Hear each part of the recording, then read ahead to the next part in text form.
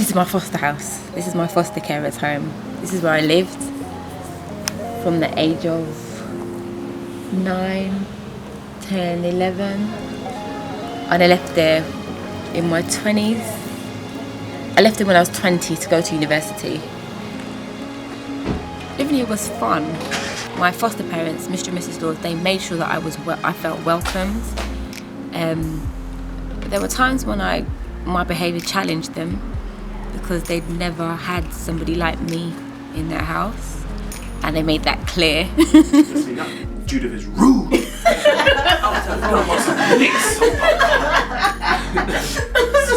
put our foot down. They really supported me moving forward in education. We're taking a walk to my school, which is literally around the corner, so you can see that I had no excuse to be late in the mornings, but I was sometimes. It was fun. Being here at Fairfield Grammar School, I enjoyed coming to school. That was a big thing to make sure that I was educated. Some of the teachers were great, some of the teachers weren't. Some of the teachers knew that I had come from a foster care background, so they were supportive in my journey here at school. This house as well, this is where I learnt that I had the talent for songwriting, and I wrote a lot of songs. Within Transform the Movement, we've also got an entertainment side. The young people who have taken part in the creative arts workshops can be on stage to express themselves in a performance. It could be a play, it could be a sketch, it could be a song, it could be a dance. Any which way, it's their home, it's their place of safety. I think the times when I didn't feel a part of things was when we had to go and visit their family, and sometimes the children in their family, like my foster cousins, if you can call them that, would sometimes say, "Oh, you're not really family." And one of the adults will come around and would stop them sternly and say, "Don't say that. She is part of the family. Don't say that at all." I did have a lot of behavioural issues. Like, I was easily distracted. Sometimes I would be the distraction in the class. I think a lot of her behaviour was due to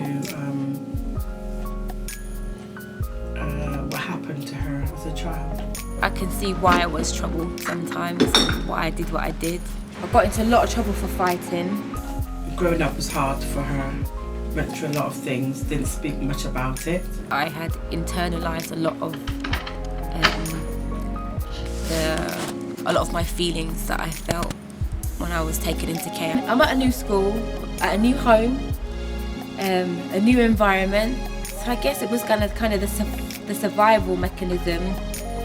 When I did get into trouble, they did try on numerous occasions to exclude me permanently from school.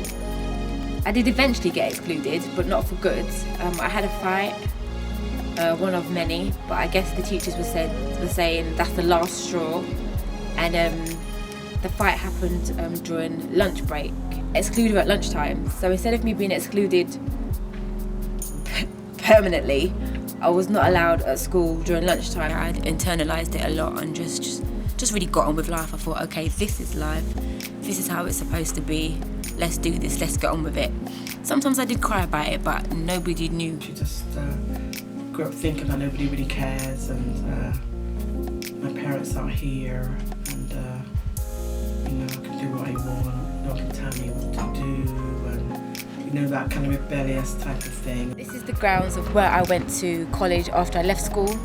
I came to college to bump up my GCSEs because I didn't have enough GCSEs to move on to the next level. So I came here to did applied sciences and also my A-levels. This used to be my hangout when I was here. I had a fight right in this canteen, right in this place, and the fight actually happened in that corner. I do remember it happening in that corner over there. As you do, peer pressure, people are egging you on to have a fight. I actually fell for the egging on because someone said they could beat me up, and I wanted to prove, no, you can't. And I threw some punches and got myself in trouble. Undercover police came to my house and I got arrested, and I was charged with ABH. We all knew deep down that there was more to her than what that's just an outward thing. But thank God, the charges were subsequently dropped. Inside, she's somebody else. You get her on a one-to-one, she's a different person. I did make a promise to God at that time that I would start doing things right. But as the story will progress, you'll know that I didn't.